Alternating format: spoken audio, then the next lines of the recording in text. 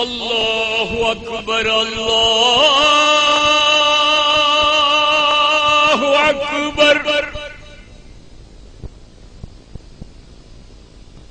அல்லாஹு அக்பர் அல்லாஹு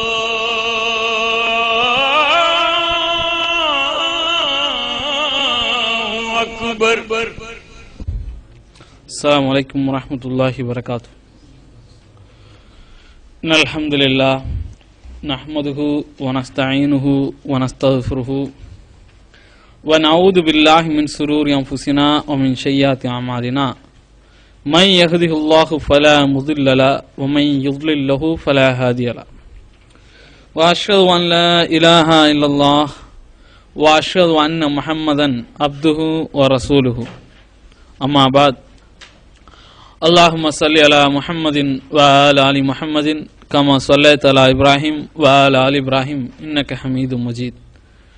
اللهم بارك على محمد وعلى آل محمد كما باركت على إبراهيم وعلى آل إبراهيم إنك حميد مجيد. أما بعد. يا أيها الذين آمنوا اتقوا الله حق تقاته ولا تموتن إلا وأنتم مسلمون. يا أيها الناس اتقوا ربكم الذي خلقكم من نفس واحدة وخلق منها زوجها وبث منهما رجالا كثيرا والنساء واتقوا الله الذي تساءلون به والأرحام إن الله كان عليكم رقيبا.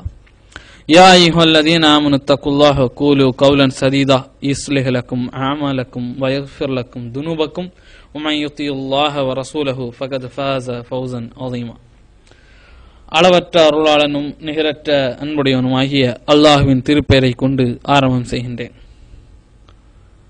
இந்த அகில உலகங்களை எல்லாம் படைத்து கண்காணித்து நம்மையெல்லாம் பரிபாலித்து வரக்கூடிய ஏகநாயனாகிய அல்லாஹ் ஒருவனுக்கே புகழ் அனைத்தும்.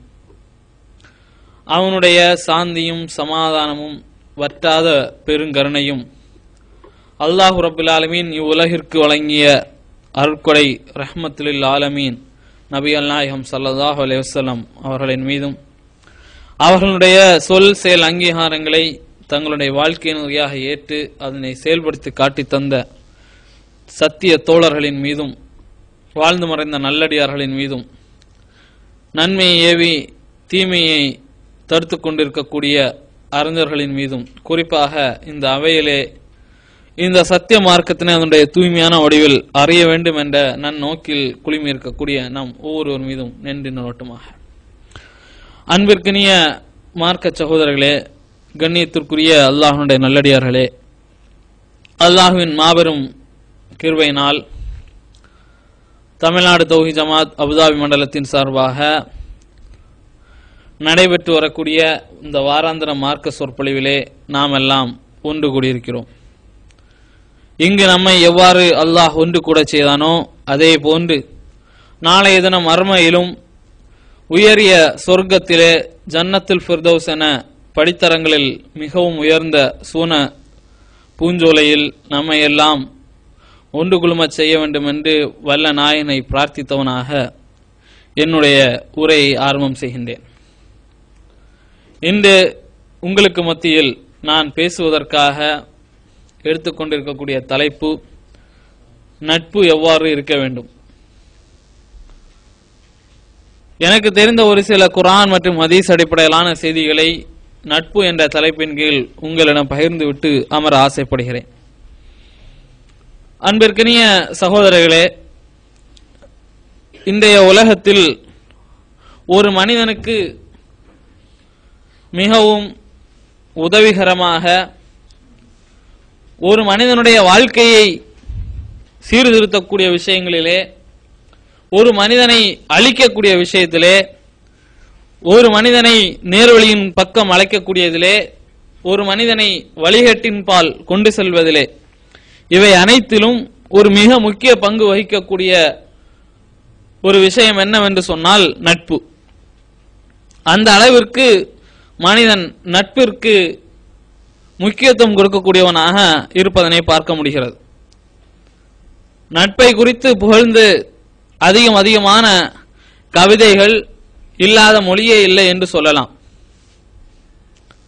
எங்கே இருக்கக்கூடிய இருவருடைய நட்பு, கோப்பெருஞ்சோழன் பிசிராந்தையார் அவருடைய மரணத்தை கேட்கு இன்னொரு பகுதியில் இன்னொருவர் உண்ணாவிரதம் இருந்து தன்னுடைய உயிரை மாய்த்து கொண்டார். அத்தகைய நட்பு என்று புறநானூறு அகநானூறு என்று எந்த இலக்கியங்களை எடுத்து பார்த்தாலும் நட்பினை அதிக முக்கியத்துவப்படுத்தி நட்பினுடைய அவசியம், நட்பினுடைய ஒரு தாக்கத்தினை எல்லாம் மக்கள் மத்தியில் எடுத்துரைத்து வருகின்றனர். நம்முடைய பூரண வழிகாட்டியான இஸ்லாமிய மார்க்கமும் எல்லா விஷயங்களுக்கும் எவற்றையெல்லாம் நமக்கு ஒரு தீர்வாக தந்திருக்கிறதோ அதே போன்று நட்பினுடைய விஷயத்திலும் ஒரு அளவுகோலை நமக்கு தந்திருக்கிறது. நட்பில்லாமல் ஒரு மனிதனால் செயல்படுவது என்பது ஒரு இயலாத நிலையில் தான் இன்று மனிதன் இருக்கிறான். பல சந்தர்ப்பங்களை நாம பார்த்தோம் என்று சொன்னால், அவன் உயிருக்குயிராக நேசிக்கக்கூடிய பெற்றோர் அவனை கைவிடக்கூடியவர்களாக இருப்பார்கள். அந்த தருணத்தில் அவனுக்கு உதவக்கூடியவனாக அவனுடைய நண்பன், அவனுடைய தோழன் இருக்கக்கூடியதனை நாம் பார்க்கிறோம். அவனுடைய குடும்பத்தில் உள்ள அனைவருமே அவனை உதாசீனப்படுத்தக்கூடிய சூழ்நிலையிலும், அவனுடைய மனைவி, அவனுடைய மக்கள் உதாசீனப்படுத்தக்கூடிய சூழ்நிலையிலும் கை கொடுக்கக்கூடிய அளவுல உயிர் காப்பான் தோழன் என்று சொல்லக்கூடிய அளவிற்கு தோழன் ஒரு முக்கிய இடம் பெறுகிறான் ஒருவனுடைய வாழ்க்கையில். இத்தகைய நட்பினை இஸ்லாமிய மார்க்கம் எந்த அளவிற்கு எந்த வட்டத்திற்குள் வைத்துக் கொள்ள வேண்டும் என்பதனை நமக்கு வரையறை செய்து தந்திருக்கிறது. இந்த வரையறையை நாம் எவரும் அறியாதவர்கள் இல்லை. இதே தலைப்பில இங்கேயே நாம பல முறை இது பேசப்பட்டிருக்கிறது. இது குறித்து பல கருத்துக்கள் இங்கு முன்மொழியப்பட்டிருக்கின்றன. எத்தகைய கருத்துகள் இங்கே முன்மொழியப்பட்டாலும், எத்தகைய கருத்துக்களை இங்கே முன்வைத்த போதிலும், நம்முடைய மார்க்க சகோதரர்களுக்கு மத்தியில் இந்த நட்புடைய விஷயத்திலே ஒரு மிகப்பெரிய பலகீனம் இருந்து கொண்டிருப்பது மிகவும் வருத்தத்துக்குரிய ஒரு செய்தி. நாம இங்கே அல்லாஹும் அல்லாஹ்வுடைய தூதர் ஸல்லல்லாஹு அலைஹி வஸல்லம் அவர்களும் என்ன அடிப்படையில் நாம நட்பை வைத்துக் கொள்ள வேண்டும் என்று நமக்கு கற்றுத் தருகிறார்களோ அது குறித்து இங்கே நாம் ஒவ்வொருவரும் அறிந்து வைத்திருக்கிறோம். எப்படி ஒருவரை நேசிப்பது என்று சொன்னால் அல்லாஹுக்காக நேசிக்க வேண்டும், ஒருவரை வெறுப்பது என்றால் அல்லாஹுவிற்காக வெறுக்க வேண்டும் என்ற அந்த அளவுகோலிலே நன்மையிலும் இறை எச்சத்திலும் ஒருவருக்கு ஒருவர் உதவி கொள்ள வேண்டும் என்ற திருமறை குர்ஆனுடைய வசனத்தினை நினைவு கூர்ந்தவர்களாக, பாவத்திலும் வரம்பு மீறலிலும் புறக்கணிக்கக்கூடியவர்களாக இருக்க வேண்டும் என்ற வேத வசனத்தின் அடிப்படையில் நாம இங்கே மக்கள் மத்தியில் பிரச்சாரம் செய்து வந்த போதிலும் நம்முடைய சகோதரர்களுடைய மத்தியிலே இந்த நட்புடைய விஷயத்திலே ஒரு வரையறை நிர்ணயம் செய்யாதவர்களாக நம்மில் பெரும்பான்மையானவர்கள் இருந்து வருவது வருத்தத்துக்குரிய ஒரு செய்தி. ஏன் இதனை இங்கு சுட்டிக்காட்ட வேண்டிய ஒரு சூழ்நிலை ஏற்படுகிறது என்று சொன்னால், பல சந்தர்ப்பங்களில் நேர்வழியின் பால் இருக்கக்கூடிய நம்முடைய சகோதரன் தீமையான காரியத்தின் பக்கம் செல்வதற்கு, தீய வழியின் பால் அவனை இழுத்து செல்வதற்கு இந்த நட்பு அதிகம் அதிகம் உதவி இருக்கிறது என்றால் அது நாம் கண்கூடாக பார்த்து வரக்கூடிய ஒரு செயல். அவனுக்கு இதுதான் நன்மை இதுதான் தீமை என்று அறிந்த போதிலும் அந்த நன்மை தீமையை பகுத்தறியக்கூடிய அறிவினை அல்லாஹ் ரப்பல் ஆலமீன் வழங்கி அதனை ஏற்று இதுதான் சரியான வழி என்று தெரிந்த பின்னரும் மனோ இச்சைகளுக்கு அடிமைப்பட்டு நட்பினை பிரிய முடியாமல் தீய காரியத்தின் பக்கம், தீமையின் பக்கம், தீய வழியின் பக்கம் நம்முடைய சகோதரர்கள் சென்று கொண்டிருக்கிறார்கள் என்ற ஒரு வருத்தமான செய்தியை இங்கே அழுத்தமாக பதிவு செய்ய நான் விரும்புகிறேன். நாம் பார்த்தோம் என்று சொன்னால், இஸ்லாமிய மார்க்கம் அப்ப நட்புக்கு எந்த அளவுக்கு முக்கியத்துவம் கொடுக்கிறது என்பதனையும் இந்த தருணத்தில் நாம் நினைத்துக் கொள்ள வேண்டும். எந்த அளவிற்கு நம்முடைய மார்க்கம் சொல்கிறது என்று சொன்னால், மலர்ந்த முகத்துடன், அதாவது புன்னகையுடன் உன்னுடைய சகோதரனை பார்ப்பதனை கூட சதக்கா என்று சொல்லித்தரக்கூடிய ஒரு மார்க்கம் நம்முடைய மார்க்கம். நீ உன்னுடைய நட்பனை, உன்னுடைய சகோதரனை நீ மலர்ந்த முகத்துடன் சிரித்த மாதிரி நீ பார்க்கிறையே, அது உனக்கு ஒரு நன்மையான காரியம், அது உனக்கு சதக்கா என்று நபிகள் நாயகம் ஸல்லல்லாஹு அலைஹி வஸல்லம் அவர்கள் கூறியதை அபூ தர் ரலியல்லாஹு அன்ஹு அறிவிக்கக்கூடிய செய்தி முஸ்லிம்ல இடம்பெறுகிறது. இந்த அளவிற்கு முக்கியத்துவத்தினை நம்முடைய மார்க்கம் நமக்கு தருகிறது. அதே போன்று நண்பர்களிடையே, தோழர்களிடையே சிறப்புக்குரியவர்களாக இருக்கக்கூடியவர்கள் தான் அல்லாஹ்விடம் சிறந்தவர்கள் என்று நபிகள் நாயகம் ஸல்லல்லாஹு அலைஹி வஸல்லம் அவர்கள் சொல்லியிருக்கிறார்கள். அப்ப நட்பு பாராட்டுவதிலே எவ்வளவு சிறப்பு மிக்கவர்களாக, எந்த அளவுக்கு சிறந்தவர்களாக நாம் இருக்க வேண்டும் என்பதனையும் நம்முடைய மார்க்கம் நமக்கு சொல்லி தருகிறது. எப்படி நபிகள் நாயகம் ஸல்லல்லாஹு அலைஹி வஸல்லம் சொல்லியிருக்கிறார்கள் என்று சொன்னால், தோழர்களில் அல்லாஹ்விடத்தில் சிறந்தவர் அவர்கள் யார் தன்னுடைய தோழரிடத்தில் சிறந்தவராக இருக்கிறாரோ அவராவார் என்று நபிகள் நாயகம் ஸல்லல்லாஹு அலைஹி வஸல்லம் கூறியது அப்துல்லா பின் அம்ர் ரலியல்லாஹு அன்ஹு அறிவிக்கக்கூடிய செய்தி திருமதியில் இடம்பெறுகிறது. அப்ப இந்த அளவிற்கு நாம நட்புடைய விஷயத்துல நம்முடைய மார்க்கம் ஒரு சிறந்த தோழனை அல்லாஹ் சிறந்தவனாக தேர்ந்தெடுக்கிறான், அல்லாஹ்விடம் சிறந்தவனாக தோழர்களில் சிறந்தவன் இருக்கிறான் என்று சொல்லி தருகிறது. ஒரு நட்பனை நாம பார்க்கிறோம் என்று சொன்னால் முக மலர்ச்சியோடு அவனை பார்ப்பதே கூட நன்மையான காரியம் என்று நமக்கு சொல்லித் தருகிறது. அதே நேரத்தில் நம்முடைய இந்த மார்க்கத்தில நாம நண்பனை எப்படி தேர்ந்தெடுக்க வேண்டும் என்று சொன்னால், நல்லவர்களைத்தான் நாம் நண்பர்களாக தேர்ந்தெடுக்க வேண்டும் என்பதன நம்முடைய மார்க்கம் நமக்கு தெளிவாக சொல்லி தந்திருக்கிறது. நாம் எல்லோரும் தெரிந்த ஒரு செய்தி, நபிகள் நாயகம் ஸல்லல்லாஹு அலைஹி வஸல்லம் அவர்கள் நல்ல நண்பர்களுக்கும் கெட்ட நண்பர்களுக்கும் உரிய உதாரணம் சொன்ன ஒரு செய்தி. என்ன சொல்லியிருக்கிறாங்க? ஒருவன் நல்ல ஒரு மனிதரோடு நட்பு கொண்டிருக்கிறவனுக்கு உதாரணமானது கஸ்தூரியை வைத்திருக்கக்கூடியவனாகும். ஒரு மனிதன் கஸ்தூரி வைத்திருக்கக்கூடியதுடைய தன்மை என்னவென்று சொன்னால் நல்ல நண்பனை வைத்திருக்கக்கூடியதற்கு அடையாளம். அதே நேரம் கெட்ட நண்பனை ஒருவன் வைத்திருக்கிறான் என்று சொன்னால் அதற்குரிய உதாரணம் கொல்லனுடைய உலைவு ஆகும் என்று நபிகள் நாயகம் ஸல்லல்லாஹு அலைஹி வஸல்லம் அவர்கள் சொல்லியிருக்கிறாங்க. இதுல கஸ்தூரி வைத்திருக்கக்கூடியவர்னா என்ன? கஸ்தூரி என்பது ஒரு நல்ல ஒரு நறுமணம் வீசக்கூடிய ஒரு பொருள். அந்த பொருளை வைத்திருக்கக்கூடியவருக்கு சமம் என்று சொன்னால் அதை நல்ல நண்பரை கூட வைத்திருப்பது என்பது நறுமணம் வீசுவது. கஸ்தூரி எப்படி நறுமணம் வீசுமோ அதே போன்று இவரிடம் கஸ்தூரி இருக்கக்கூடிய காரணத்தினால நறுமணம் வீசக்கூடிய அளவிற்கு ஒரு நல்ல நண்பனை வைத்திருப்பது நற்பெயரை ஏற்படுத்தக்கூடிய நற்குணங்களை கொண்டவராக மக்கள் மத்தியில் மதிக்கப்படக்கூடிய அளவில் ஒரு நல்ல ஒரு மனிதராக இருப்பதற்கு சமம் என்று நபிகள் நாயகம் ஸல்லல்லாஹு அலைஹி வஸல்லம் அவர்கள் ஒரு உதாரணத்தை இங்கே கூறுகிறார்கள். அதே நேரம் கொல்லனுடைய உலை என்பது கெட்ட நண்பன் என்று சொன்னால் கொல்லனுடைய உலையிலிருந்து வரக்கூடிய அந்த துர்நாற்றம், அந்த கொல்லனுடைய உலையிலிருந்து வரக்கூடிய ஒரு மோசமான நாற்றம் மனிதனுக்கு எவ்வாறு பிடிக்காத ஒரு நாற்றமாக, அருகில் நெருங்குவதற்கு கூட யோசிக்கக்கூடிய ஒரு நாற்றமாக இருக்கிறதோ அதே போன்றுதான் கெட்ட நண்பனை, தீய நண்பனை தேர்வு செய்து வைப்பது என்பது கொல்லனுடைய உலையை போன்றதாகும் என்று நபிகள் நாயகம் ஸல்லல்லாஹு அலைஹி வஸல்லம் அவர்கள் கூறுகிறார்கள். அப்ப இன்னைக்கு நாம பார்க்கிறோம், நம்முடைய மக்கள் இந்த கொள்கையை ஏற்றுக்கொள்கிறார்கள். இதுதான் சரியான கொள்கை என்று ஏற்றுக்கொள்கிறார்கள். அறியாமை காலத்திலிருந்து நல்ல ஒரு நிலைக்கு நம்முடைய சகோதரர்கள் நேர்வழியின் பக்கம் திரும்பி வருகிறார்கள். இவ்வாறு திரும்பி வந்த பின்னரும் நல்ல நண்பர்களை மட்டும் தக்க வைத்துக் கொள்ளாமல் அவர்களுடைய அந்த பழைய தீமையான நண்பர்களிடம் இந்த சத்திய மார்க்கத்தினை, இந்த நன்மையை ஏவக்கூடிய செய்தியையும் தீமையை தடுக்கக்கூடிய விஷயத்தினையும் செய்யாமல் அவர்களோடு ஒன்றி விடுவதனை பார்க்க முடிகிறது. அப்படி அவர்களோடு ஒன்றி விட்டோம் என்று சொன்னால் கொல்லனுடைய உலைக்கு சமமாக நம்முடைய சகோதரர்கள் ஆகிவிடுவார்கள். இப்போ நம்முடைய ஒரு கொள்கை சகோதரனை இன்றைய மக்கள் பலவிதமாக கண்காணிக்கிறார்கள், எடை போடுகிறார்கள், ஒரு உதாரணமாக சொல்லக்கூடியவர்களாக இருக்கிறார்கள். அதாவது தன்னை குர்ஆன் ஹதீஸை பின்பற்றக்கூடியவன் என்று ஒருவன் வாயளவில் சொல்லிட்டாலே அவன் என்ன கொள்கையில இருக்கான், அவன் கொள்கையில தான் இருக்கிறானா என்றெல்லாம் பார்ப்பது கிடையாது. ஊர்ல அவன் தௌஹீத் ஜமாத் என்ற ஒரு மாய தோற்றத்தை அவன் மக்கள் மத்தியில் ஏற்படுத்திட்டா அவன் என்ன தீமை செய்தாலும் ஆமா தெரியாதா அந்த வரதட்சணை வாங்க இல்லையா, ஏதாவது தௌஹீதுன்னு தான் சொன்னா வரதட்சணை வாங்க இல்லையா, அவனுக்கும் இந்த ஜமாத்துக்கும் ஏதாவது சம்பந்தம் இருக்குமா, அவனுக்கு இந்த கொள்கைக்கும் ஏதாவது சம்பந்தம் இருக்குமான்னு பார்த்தோம் என்று சொன்னால் எந்த சம்பந்தமும் இருக்காது. இந்த கொள்கையில இந்த நம்முடைய அறிஞர்களுடைய பேச்சுல கொஞ்சம் ஈர்ப்பு ஏற்பட்டு அதனுடைய ரசிப்பு தன்மையில ரசிகராக மாறி அந்த கூட்டத்தில் கலந்து கொள்ளக்கூடியவனாக இருப்பதன் மூலமாக ஒருவன் கொள்கையை ஏற்றுக்கொண்டவனாக ஆகிவிடுவான் என்று சொன்னால் ஆகிவிட முடியாது. ஆனால் மக்கள் எடை போடுவது எப்படி எடை போடுகிறார்கள்?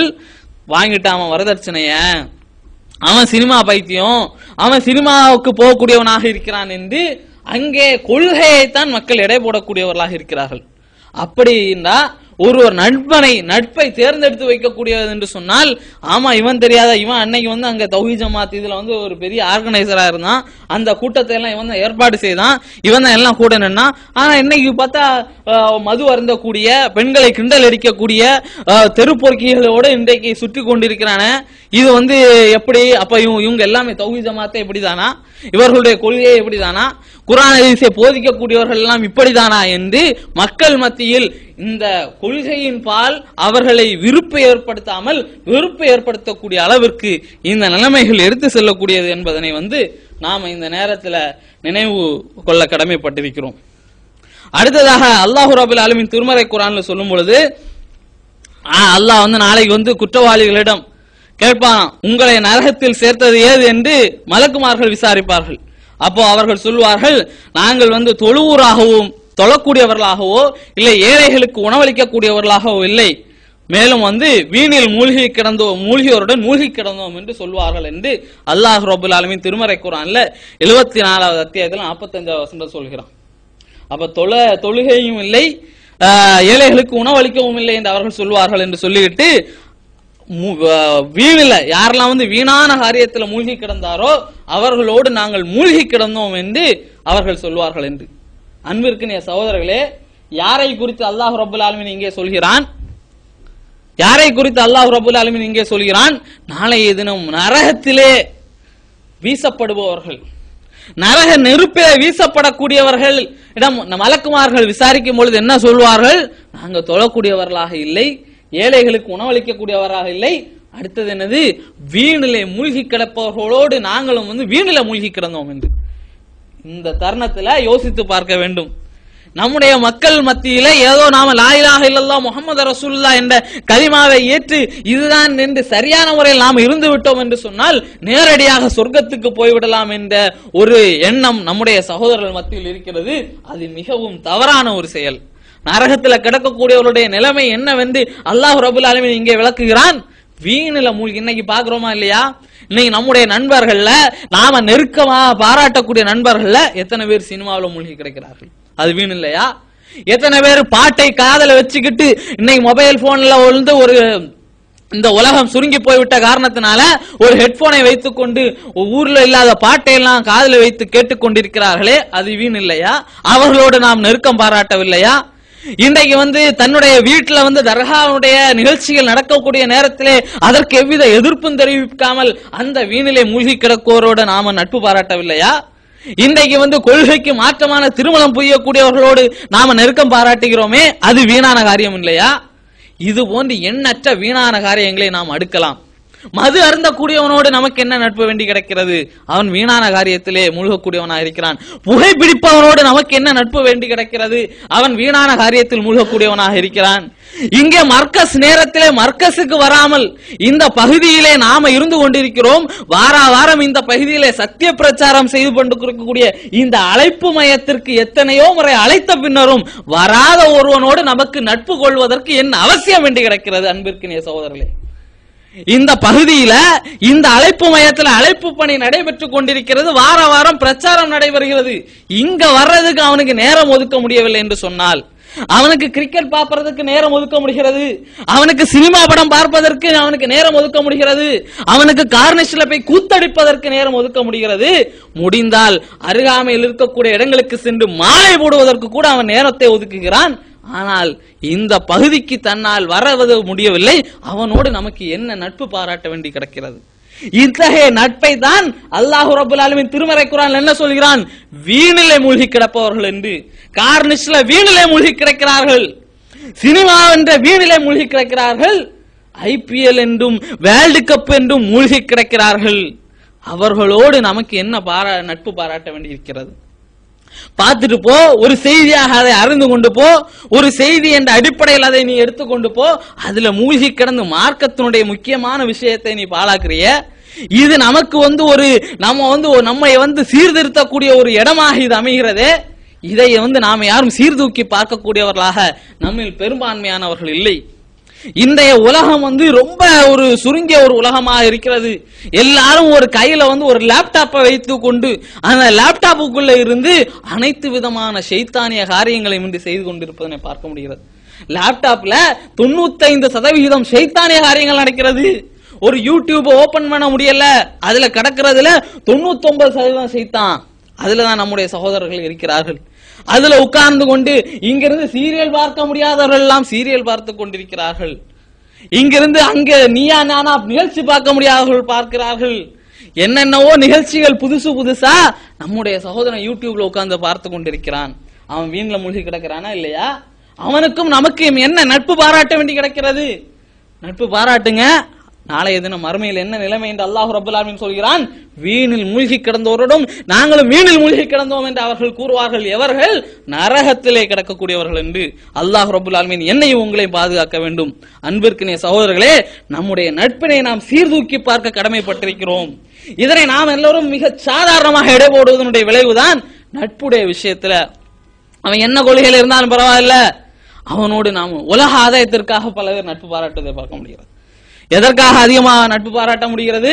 இவன் கூட நாம நண்பனா இருந்தோம்னா ஏதாவது நமக்கு ஃபாய்தா இருக்கும், இந்த உலகத்துல ஏதாவது இலவசமா கிடைக்கும், அவன் ஏதாவது ஒரு பெரிய வேலையில இருப்பான், அதன் மூலம் அவனு ஏதாவது காசு பணம் பாக்குறதுக்கு, இல்ல நமக்கு வேண்டப்பட்டவர்களை வேலையில ஏற்றி விடுவதற்கு, நமக்கு தெரிந்தவர்களுடைய சிவியை தள்ளி விட்டு அதன் மூலம் வேலை வாங்கி கொடுக்கலாம், அதனால நாம நட்பு பாராட்டிக்கலாம்.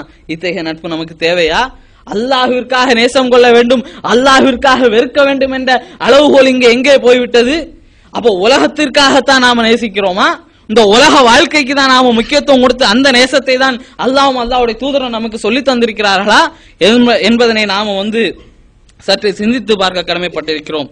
அடுத்ததாக நபிகள் நாயகம் ஸல்லல்லாஹு அலைஹி வஸல்லம் அவர்கள் கூறியதாக அபூ மூஸா ரலியல்லாஹு அறிவிக்கக்கூடிய செய்தி புகாரில் இடம்பெறுகிறது. அதாவது ஒரு மனிதர் நல்ல மக்களை நேசிக்கக்கூடியவராக இருக்கிறார். ஆனால் அவருடைய செயல்பாட்டிலும் சிறப்பிலும் அது அவர்களை எட்டவில்லை, மக்களை அது எட்டவில்லை. இவரை குறித்து நீங்கள் என்ன கருதுகிறீர்கள் என்று நபிகள் நாயகம் ஸல்லல்லாஹு அலைஹி வஸல்லம் அவரிடம் சஹாபாக்கள் கேள்வி கேட்கிறாங்க. அதுக்கு நபிகள் நாயகம் ஸல்லல்லாஹு அலைஹி வஸல்லம் அவர்கள் சொல்கிறார்கள், மனிதர் யார் மீது அன்பு வைத்துள்ளானோ அவர்களுடன் தான் அல்லாஹ் இருப்பான் என்று அல்லாஹ் இருப்பதாக நபிகள் நாயகம் ஸல்லல்லாஹு அலைஹி வஸல்லம் அவர்கள் கூறுகிறார்கள். அப்போ மனிதர்களிடம் நாம் எவர்களின் மீது அன்பு வைத்துக் கொண்டிருக்கிறோமோ அந்த அன்பு எந்த அடிப்படையில் இருக்கிறது என்பதனை பார்த்து அல்லாஹ் ரப்பல் ஆலமீன் நம்மோடு இருப்பதாக நபிகள் நாயகம் ஸல்லல்லாஹு அலைஹி வஸல்லம் அவர்கள் சொல்லக்கூடிய செய்தி இதிலிருந்து நமக்கு தெரிய வருகிறது. ஆக உலக நன்மைக்காக அல்லாமல் நாம சொல்லக்கூடிய அந்த செய்தியின் மூலமாக நமக்கு மிக முக்கியமான விஷயம் என்னவென்று சொன்னால், மறுமையை முக்கியத்துவப்படுத்தி அல்லாஹ்விற்காக நாம நேசம் சொல்லக்கூடியவர்களாக நாம் இருக்க வேண்டும். இதைத்தான் நபிகள் நாயகம் சொல்றது ஈமானை பூர்ணப்படுத்தக்கூடிய விஷயமாக சொல்கிறார்கள். என்ன சொல்றானா, யார் அல்லாஹ்விற்காக நேசிக்கிறார்களோ, யார் அல்லாஹ்விற்காக வெறுக்கிறார்களோ, யார் அல்லாஹ்விற்காக கொடுக்கிறார்களோ, யார் அல்லாஹ்விற்காக மறுக்கிறார்களோ அவர்கள் ஈமானை பூர்ணப்படுத்தி விட்டார்கள் என்று நபிகள் நாயகம் ஸல்லல்லாஹு அலைஹி வஸல்லம் சொன்ன செய்தியை அபூ உமாமா ரலியல்லாஹு அன்ஹு அறிவிக்கக்கூடிய செய்தி அபூ தாவூதில் இடம்பெறுகிறது. அன்பிற்கினிய சகோதரர்களே, ஈமான் என்பது இறை நம்பிக்கை. அந்த இறை நம்பிக்கை என்பது வெறுமனே அல்லாஹ் ஒருவனை மட்டும் ஏற்றுக்கொள்வதோடு நின்று விடுகிறதா என்றால் இல்லை. நபிகள் நாயகம் ஸல்லல்லாஹு அலைஹி வஸல்லம் ஈமானுக்கு பல கிளைகள் இருக்கின்றன. அதுல மிக சாதாரணமான மிக கீழ்நிலையில் இருக்கக்கூடிய கிளை வழியில நடந்து செல்லும் பொழுது பாதசாரிகளுக்கு இடையூறாக ஏற்படுத்தக்கூடிய பொருள் அதை அப்புறப்படுத்துவது என்று சொல்லி தந்திருக்கிறார்கள். இன்னும் எண்ணற்ற இடங்கள்ல ஈமான் முழுமைப்படுத்தக்கூடியது, ஈமானை பூர்ணப்படுத்தக்கூடியது என்று சில ஹதீஸ்களின் மூலம் நமக்கு சொல்லி தந்திருக்கிறார்கள்.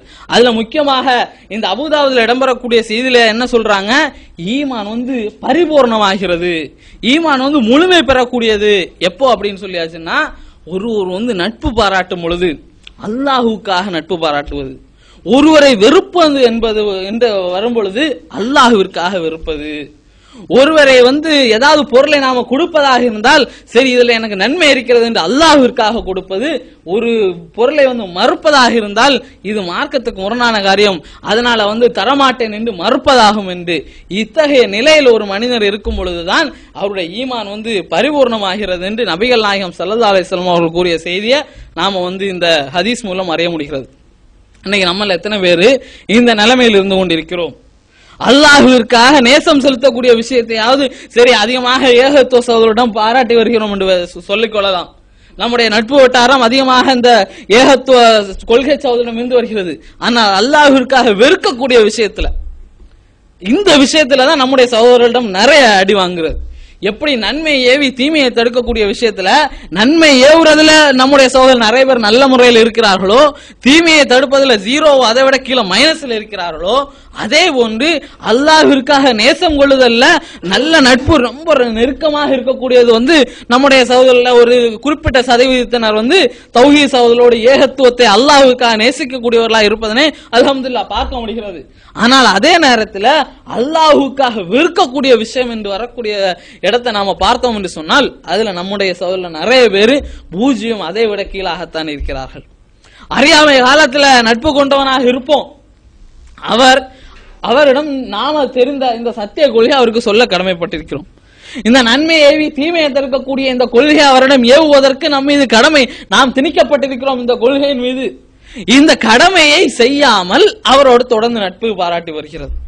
அவர் எவ்வளவுதான் தீமையான காரியங்களை செய்தாலும், எத்தகைய தீமையில் அவரை மூழ்கினாலும் அவருடனான நட்பை துண்டிப்பதிலே, அவருடனான நட்பிலே நீ இந்த கொள்கைக்கு வந்தால்தான் உன்னுடைய நட்பு, இந்த கொள்கைக்கு நீ வரவில்லை என்று சொன்னால் உனக்கும் எனக்கும் நட்பில்லை என்று சொல்லக்கூடிய துணிவு நம்முடைய சகோதரர்களுக்கு அவரோடான தொடர்பை துண்டிப்பதிலே நம்முடைய சகோதரர்கள் பின்னோக்கி கொண்டிருப்பதனை தான் பார்க்க முடிகிறது.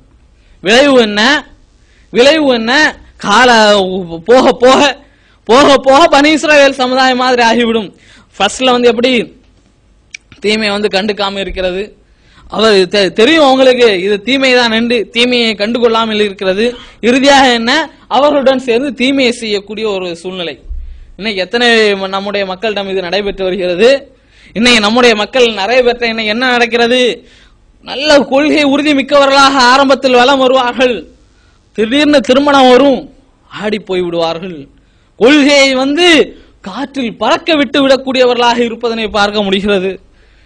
இன்னைக்கு இங்கே இருக்கக்கூடிய நேரத்தில் தங்களை தௌஹீத்வாதிகளாக ஏகத்துவவாதிகளாக அடையாளப்படுத்திக் கொள்வார்கள்.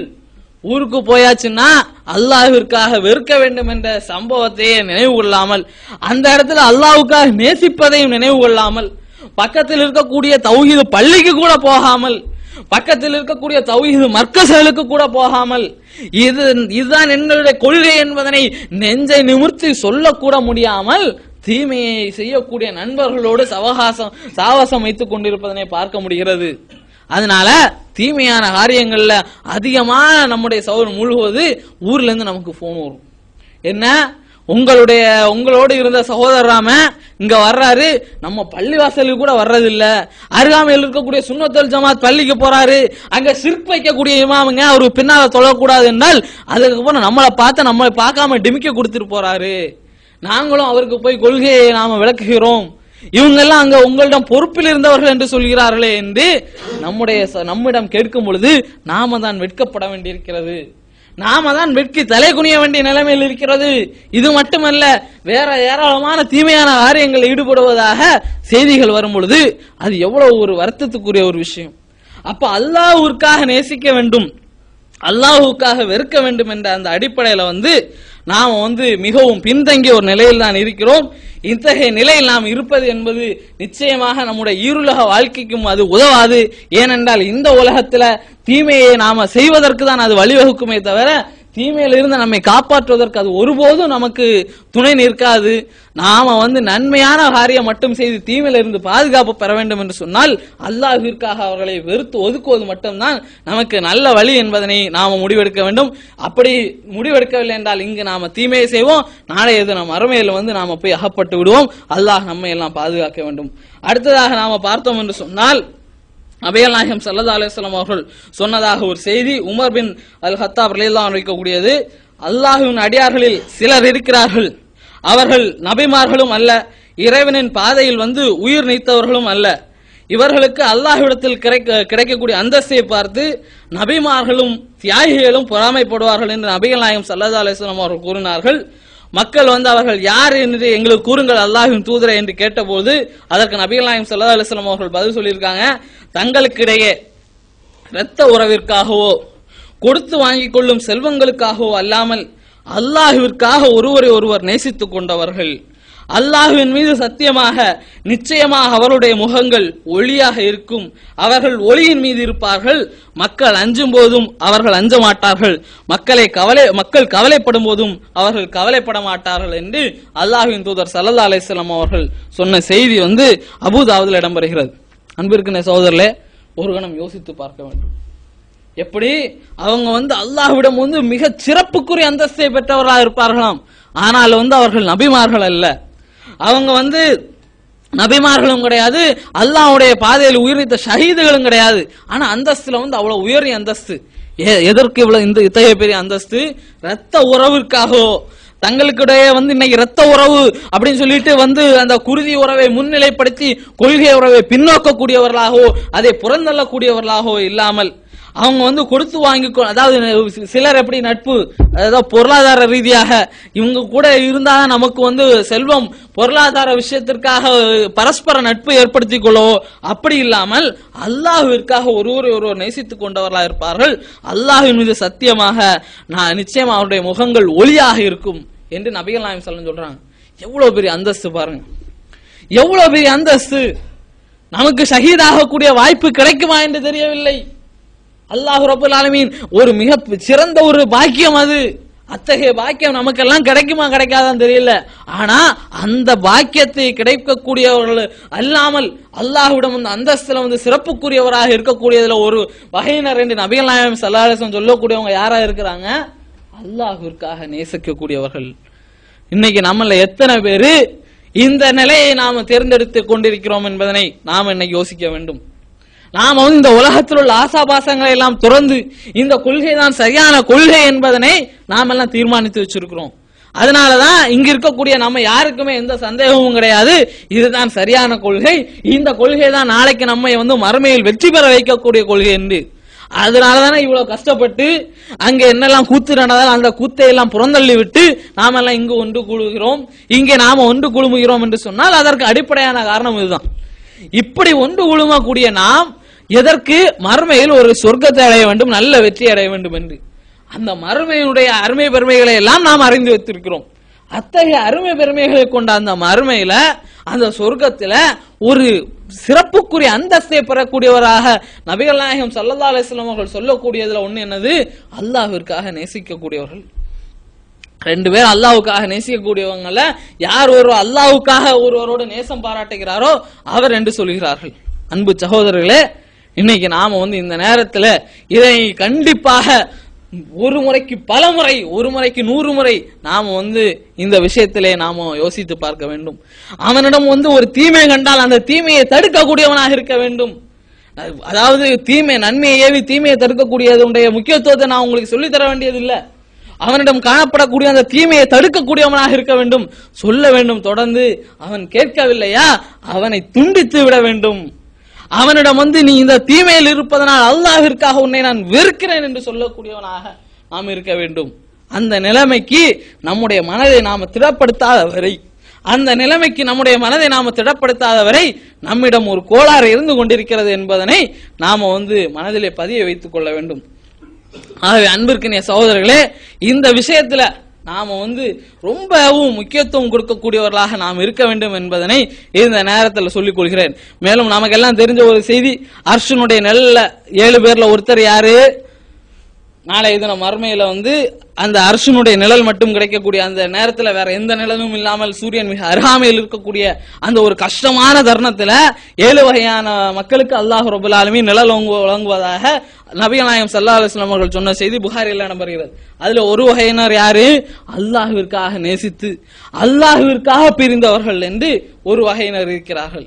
அதே போன்று ரப்புல் ஆலமீன் நாளைய தினம் மறுமையில் அழைப்பானாம், என்னுடைய நிழலை தவிர வேறு எந்த நிழலும் இல்லாத இந்த நாள்ல அல்லாஹ் ரப்புல் ஆலமீன் எனக்காக நேசித்து எனக்காக வெறுத்தவர்கள் எங்கே என்று அல்லாஹ் ரப்புல் ஆலமீன் அழைக்கக்கூடிய அளவிற்கு ஒரு சிறப்புக்குரிய ஒரு நட்பு, நாம பாராட்டப்பட வேண்டிய நட்பு.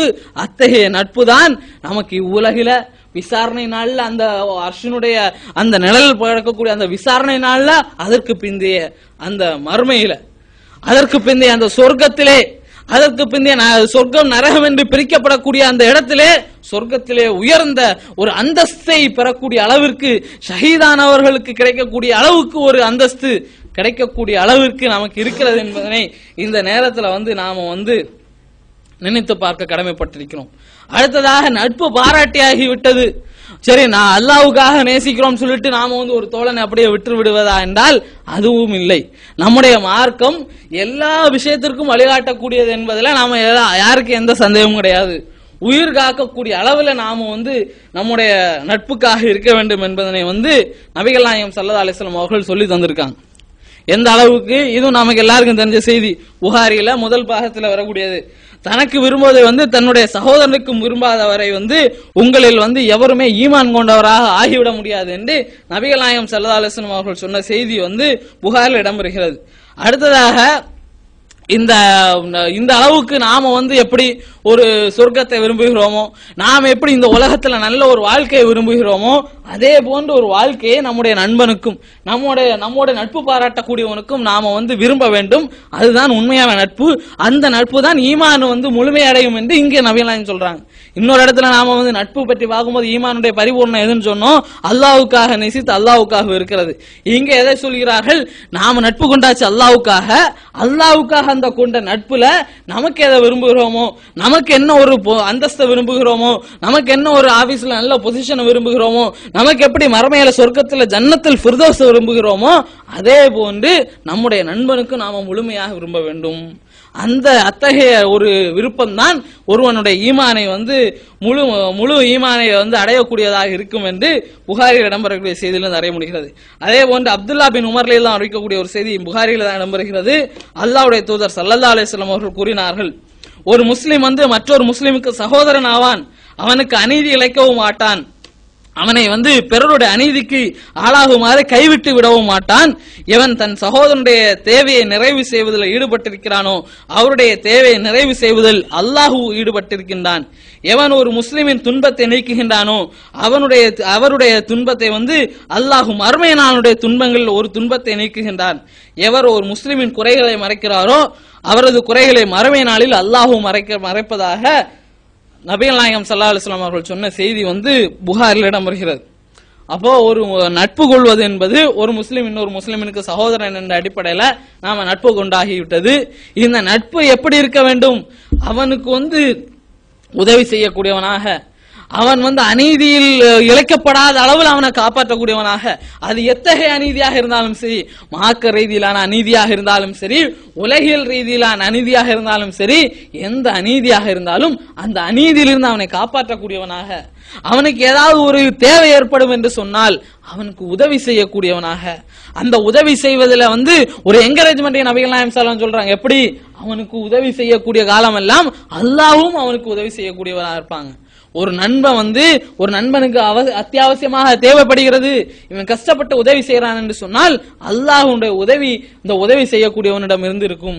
அவனுக்கு ஒரு துன்பம் ஏற்படுகிறது என்று சொன்னால் அந்த துன்பத்தை அவன் போக்கி விடுகிறான் என்று சொன்னால் மறுமை நாள்ல துன்பத்தை போக்கக்கூடியவனுடைய துன்பங்கள்ல ஒரு துன்பம் குறைக்கப்படும் என்று நபிகள் நாயகம் ஸல்லல்லாஹு அலைஹி வஸல்லம் எவ்வளவு பாருங்க, மறுமையில ஒரு துன்பம் நம்மிடமிருந்து போக்கப்படுகிறது என்று சொன்னால் சுப்ஹானல்லாஹ், நாம மறுமையினுடைய துன்பங்களை எல்லாம் அறிந்து வைத்திருக்கிறோம்.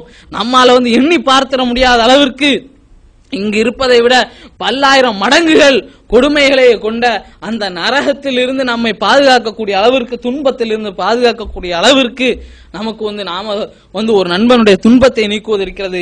அவன் கஷ்டப்படுவான், அவன் கடன்ல வாடுவான், அவனுக்கு வேலையில ஏதாவது பிரச்சனை இருக்கும், குடும்பத்துல பிரச்சனை இருக்கும், அவனுடைய வீட்டுல அவனுடைய சொத்துல ஏதாவது பிரச்சனைகள் இருக்கும். ஒரு நண்பன் என்று சொன்னால் ஒரு மூமின் இன்னொரு மூமினுக்கு கண்ணாடி போன்று அவனிடம் இருக்கக்கூடிய துன்பங்களை எல்லாம் அறியக்கூடியவர்களாக, அவனிடம் நடக்கக்கூடிய நல்லது கெட்டதைகளை எல்லாம் அறிந்து வைத்திருக்கக்கூடியவர்களாக நாம் அவனுக்கு உதவினோம் என்று சொன்னால், இதில் இந்த விஷயத்துல நாம முன்னுதாரணம் கொண்டவர்களாக இருந்தோம் என்று சொன்னால் ஆட்டோமேட்டிக்காக இந்த இதுல ஏகத்துவ சகோதரம் நிலைநிறுத்த வேண்டிய விஷயம் என்னன்னா, இப்படி நாம செய்யும் பொழுது இன்னொரு சுவாராரை அநீதி இழைக்கக்கூடிய தீமையின் பக்கம் இருக்கக்கூடியவர்களை அந்த நண்பன் ஆட்டோமேட்டிக்காக வெறுக்க ஆரம்பிச்சிருவான். என்னடா இவன் எனக்கு எல்லா உதவியும் செய்யறானே, இவன் எனக்கு இதெல்லாம் செய்து தர்றானே, அப்ப அவன் எனக்கு எதுக்கு அவன்கிட்ட ஒருத்தன் போய் நிக்கிறான்னா ஏதாவது அவன்கிட்ட கிடைக்கும், ஏதாவது உலக நன்மை எதிர்பார்த்தானே அவனோட நட்பு பாராட்டிட்டு இருக்கான். அப்ப நம்முடைய மார்க்கம் நீ அல்லாஹ்வுக்காக நேசம் செலுத்து, அப்படி செலுத்தக்கூடிய நேசத்துல அவனுக்கு ஏற்படக்கூடிய கஷ்டங்களை நீ குறைச்சு வை, அவனுக்கு ஏற்படக்கூடிய எந்த அநீதி இருந்தாலும் அந்த அநீதியை நடக்க விடாம காப்பாத்து, அவனுக்கு உதவி செய்யக்கூடியவனாக இரு. அவன் குறை செய்தான் என்று சொன்னால், தனிப்பட்ட மனிதனாக அவன் குறை செய்தான் என்று சொன்னால் அவனுடைய குறையை ஊரெல்லாம் நோட்டீஸ் போட்டு ஊரெல்லாம் கேவலப்படுத்தாம தனிப்பட்ட மனிதன் சமுதாய பிரமுகர் அல்லாமல் சமுதாயத்தில் தன்னை நல்லவன் போன்று காட்டிக்கொண்டு மக்களை ஏமாற்றுவதனாக அவன் இருக்கக்கூடிய நேரத்தில் அவனுடைய குறையை மற அல்லாஹ் நாளை தினம் மறுமையில் உன்னுடைய குறையை மறைப்பான் என்று நட்பை எந்த அளவுக்கு பாராட்ட வேண்டும் என்பதனையும் நம்முடைய மார்க்கம் நமக்கு சொல்லி தந்திருக்கிறது. அத்தகைய வழிமுறையை கடைபிடிக்கக்கூடியவர்களாக இருக்க வேண்டும். அதே போன்று நபிகள் நாயகம் ஸல்லல்லாஹு அலைஹி வஸல்லம் அவர்கள் ஏராளமான செய்திகளை இந்த நட்புடைய விஷயத்துல சொல்லியிருக்காங்க. அல்லாஹ் ரப்பல் ஆலமீன் திருமறை குர்ஆன்ல என்ன சொல்கிறான் என்று சொன்னால், நம்பிக்கை கொண்ட ஆண்களும் பெண்களும் ஒருவருக்கு மற்றொருவர் உறவினர் உற்ற நண்பர்கள். அவர்கள் நன்மையை ஏவுவார்கள், தீமையை தடுப்பார்கள், தொழுகை நிலைநாட்டுவார்கள், ஜக்காத்தையும் கொடுப்பார்கள், அல்லாஹுக்கும் அவனுடைய தூதருக்கும் கட்டுப்படுவார்கள், அவர்களுக்கே அல்லாஹ் அருள் புரிவான், அல்லாஹ் மிகைத்தவன் ஞானமிக்கவன் என்று 9வது அத்தியாயத்தில் 71வது வசனத்துல அல்லாஹ் ரப்பல் ஆலமீன் சொல்கிறான். அப்போ நன்மையை ஏவி தீமையை தடுக்கக்கூடியவதாக நம்பிக்கை கொண்ட ஆண்களும் பெண்களும் இருக்கக்கூடியவங்களா இருப்பாங்க. அவங்க தொழுகை நிலைநாட்டுறது, ஜக்காத் கொடுப்பது, இது போன்ற விஷயங்களை ஈடுபடுவது அல்லாஹ்வுடைய அருள் அவங்ககிட்ட தான் இருக்கிறது என்று நபிகள் நாயகம் அல்லாஹ் ரப்பல் ஆலமீன் திருமறை குர்ஆன்ல சொல்லக்கூடிய செய்தியை பார்த்தோம். அதே போன்று அல்லாஹ்வுடைய தூதர் ஸல்லல்லாஹு அலைஹி வஸல்லம் அவர்கள் சொன்ன செய்தி, உங்களில் ஒருவர் ஏதேனும் ஒரு பணிக்கு பொறுப்பேற்று அல்லாஹ் அவருக்கு அதன் மூலம் நல்லதை நாடினால் அவருக்காக ஒரு நல்ல ஆலோசகரை ஏற்படுத்துவான். அவர் மறந்தாலும் அந்த ஆலோசகர் அவருக்கு நினைவூட்டுவார். அவர் மறக்காமல் நினைத்து விட்டால் அந்த பணியை செய்வதில் அந்த ஆலோசகர் அவருக்கு உதவி புரிவார் என்று ஆயிஷா அவர்களுடைய செய்தி நசாயியில் இடம்பெறுகிறது. அப்ப நமக்கு ஆட்டோமேட்டிக்காக அல்லாஹ் ரப்பல் ஆலமீன் இத்தகைய ஒரு சாய்ஸை நமக்கு வழங்குவான் என்பதனையும் நபிகள் நாயகம் ஸல்லல்லாஹு அலைஹி வஸல்லம் அவர்கள் சொல்வதை பார்க்க முடிகிறது. அதே போன்று நாம் இந்த நன்மையை தீமையை தடுக்கக்கூடிய விஷயம் சம்பந்தமா பார்க்கும்போது இன்னொரு ஹதீஸ் எப்படி வருகிறது என்று சொன்னால், அன்சாரிகளை சேர்ந்த ஒரு மனிதர் அதிகம் வெட்கப்படுவதை இன்னொரு சஹாபி கண்டித்துக் கொண்டிருந்த பொழுது அந்த வழியை நபிகள் நாயகம் ஸல்லல்லாஹு அலைஹி வஸல்லம் அவர்கள் செல்கிறார்கள். உடனே அவங்களை கண்டிக்காதீர்கள், விட்டு விடுங்கள், ஏனெனில் நிச்சயம் வெட்கம் ஈமானுடைய ஒரு அம்சம் என்று நபிகள் நாயகம் ஸல்லல்லாஹு அலைஹி வஸல்லம் அவர்கள் சொன்னதாக நாம புகாரில் இடம்பெறக்கூடிய செய்தியிலிருந்து பார்க்க முடிகிறது. அன்புக்குரிய சகோதரர்களே, இதுல இருந்து நமக்கு தெரிய வேண்டிய மிக முக்கியமான செய்தி என்னன்னா, வெட்கத்தினுடைய விஷயம். ஒரு மனிதன் வெட்கப்பட வேண்டியது ஒரு முக்கியமான அம்சம் என்பதனை நாம அறிந்து வைத்துக் கொள்ள வேண்டும். இன்னைக்கு நம்முடைய சகோதரர்கள் மத்தியில சில நேரங்கள்ல நாம என்ன பேசுறோம்ங்கிற இதுவும் கிடையாது. நம்மை சுற்றி மக்கள் கண்காணித்துக் கொண்டிருக்கிறார்கள். நாம ஊருக்கு என்ன பேசுறோம், ஊருக்கு நம்ம பேசும்பொழுது நம்முடைய சகோதரர்கள் தொலைபேசியில காதுல ஹெட்போனை மாட்டிட்டாங்கன்னா சுத்தி என்ன நடக்குதுன்னே தெரியாது. இவங்க பாட்டுக்கு சில நேரங்கள் என்னென்னவோ பேசிக் கொண்டிருக்கிறார்கள். பக்கத்தில் இருக்கக்கூடிய என்னடா இவங்க தௌஹீதுங்கறாங்க, என்னடா கொள்கைங்கறாங்க, இப்படி பேசிக்கிட்டு இருக்காங்களே என்று வர்ணனை செய்யக்கூடிய அளவிற்கு அந்த நிலைமைக்கு நாம வெட்கத்தை மறந்தக்கூடியவர்களாக ஆகிவிடுகிறோம். அப்போ வெட்கம் ஈமானுடைய ஒரு அம்சம். இந்த அம்சத்தை நாம பேண வேண்டும். நாம நண்பர்கள் மத்தியில் இருக்கக்கூடிய நேரத்திலையும் நம்ம மக்கள் மத்தியில் என்னன்னா, நண்பர்கள் மத்தியில போயாச்சுன்னா வெட்கத்தை விட்டு எல்லாத்தையும் பேசக்கூடியவர்களாக இருப்பதனை பார்க்க முடிகிறது. நண்பர்களோடு அரட்டை அடித்து விட்டால் அங்கதான் அவனுக்கு வெட்கமே இல்லாம அவனுடைய அந்தரங்கம், அவனுடைய ரகசியம் என்னெல்லாம் அவனுக்கு வெளியே சொல்ல முடியாது இருக்குதோ அதையெல்லாம் நண்பர்களோடு பகிர்ந்து கொள்ளக்கூடியவனாக, வெட்கத்தை இழந்தவனாக நிற்பதனை பார்க்க முடிகிறது. அத்தகைய நிலையில் ஒரு மனிதன் இருக்கக்கூடாது. அவனிடம் வெட்கம் ஒரு மிக முக்கியமானது. வெட்கத்தை அவன் விட்டுவிடக்கூடாது என்பதனை இந்த செய்தியில் இருந்து நாம அறிய முடிகிறது. இது போன்று நட்புடைய விஷயத்துல எண்ணற்ற விஷயங்களை நாம பார்க்க முடிகிறது. நம்முடைய நட்பை நாம வெளிப்படுத்த வேண்டும். ஏதாவது தவறு செய்து விட்டோம் என்று சொன்னால் நாம அவரிடம் மன்னிப்பு கோரக்கூடியது. இதற்கு ஏராளமான சம்பவங்கள் இருக்கிறது. அதே போன்று உபகாரம் செய்யக்கூடியவர்களாக நாம் இருக்க வேண்டும். நண்பர்களை ஏமாற்றக்கூடாதவர்களாக, கோபம் கொள்ளக்கூடாத அளவுல, அவர்களுடைய மானத்தோடு விளையாடாதவர்களாக நாம அவர்களிடம் பெருமை அடிக்க கூடாதவர்களாக இதுவும் ஏராளமான விஷயங்கள் இருக்கிறது. இருந்தாலும் இன்றைய தினம் நான் மயப்படுத்த விரும்பிய ஒரு கருத்து மிக முக்கியமானது. அல்லாஹ்விற்காக நேசித்து அல்லாஹ்விற்காக வெறுக்க வேண்டும் என்ற கருத்து. அந்த விஷயத்துல நாம தொடர்ந்து நம்முடைய சகோதரர்கள் பலர் கோட்டை விட்டு கொண்டிருக்கக்கூடிய காரணத்தினால எந்த அளவுக்கு என்று சொன்னால், நம்ம ஜமாத்தையே குறை சொல்லிக்கிட்டே இருப்பான், நம்ம கொள்கையே குறை சொல்லிக்கிட்டே இருப்பான். அல்லாஹ்வுக்கு உருவம் உண்டு என்று சொன்னதுனால உருவம் வணங்கி என்று சொல்லி கொண்டிருப்பான். நம்மள இவங்க எல்லாம் உருவத்தை வணங்கக்கூடியவர்கள் என்று சொல்லி கொண்டிருப்பான். அவனோட நம்முடைய நண்பர்கள் நட்பு பாராட்டுவதை பார்க்க முடிகிறது. நமக்கு என்ன நட்பு அவன்கிட்ட வேண்டி கிடக்குது? என்ன செய்தி சொல்லப்படுகிறது என்பதனை கூட அறியாம எவனோ பரப்பக்கூடிய ஃபித்னாக்களை எல்லாம் இவனும் எடுத்து பரப்பி கொண்டு இருக்கக்கூடியவனா இருப்பான். அவனோட நாம நட்பு பாராட்ட வேண்டி கிடக்கிறது. எவ்வளவுதான் விளக்கம் சொன்னாலும் அந்த விளக்கத்தினை இந்த காதுல கொடுத்து கேட்காம நமக்கு எதிரான விளக்கங்களை மட்டும் எடுத்து கேள்வி கணைகளாயா தொடுத்து கொண்டிருப்பான். அவன் கூட நமக்கு என்ன நட்பு பாராட்ட வேண்டி இருக்கிறது? அப்ப அவனோடு நாம நட்பு பாராட்டுவது என்று சொன்னால், கொள்கையில் ஒத்த ஒரு லைன்ல வரும்பொழுது, ஒரே லைன்ல நாம் வரும்பொழுது அந்த அல்லாஹ்விற்காக நேசித்து அல்லாஹ்விற்காக இருக்கக்கூடியவர்களாக நாம் இருக்க வேண்டும். அத்தகைய நிலைதான் நம்மை ஈரோலகிலும் வெற்றி பெற செய்யும். அல்லாஹ் ரப்புல் ஆலமீன் நமக்கு அத்தகைய ஒரு நல்ல ஒரு பாக்கியத்தினை தர வேண்டும். அல்லாஹ்விற்காக நேசித்து அல்லாஹ்விற்காக வெறுக்கக்கூடிய ஒரு நல்ல மனப்பக்குவத்தை அல்லாஹ் எனக்கும் உங்களுக்கும் ஆக்கி தர வேண்டும் என்று பிரார்த்தித்தவனாக என்னுடைய இந்த உரையை நிறைவு செய்கிறேன்.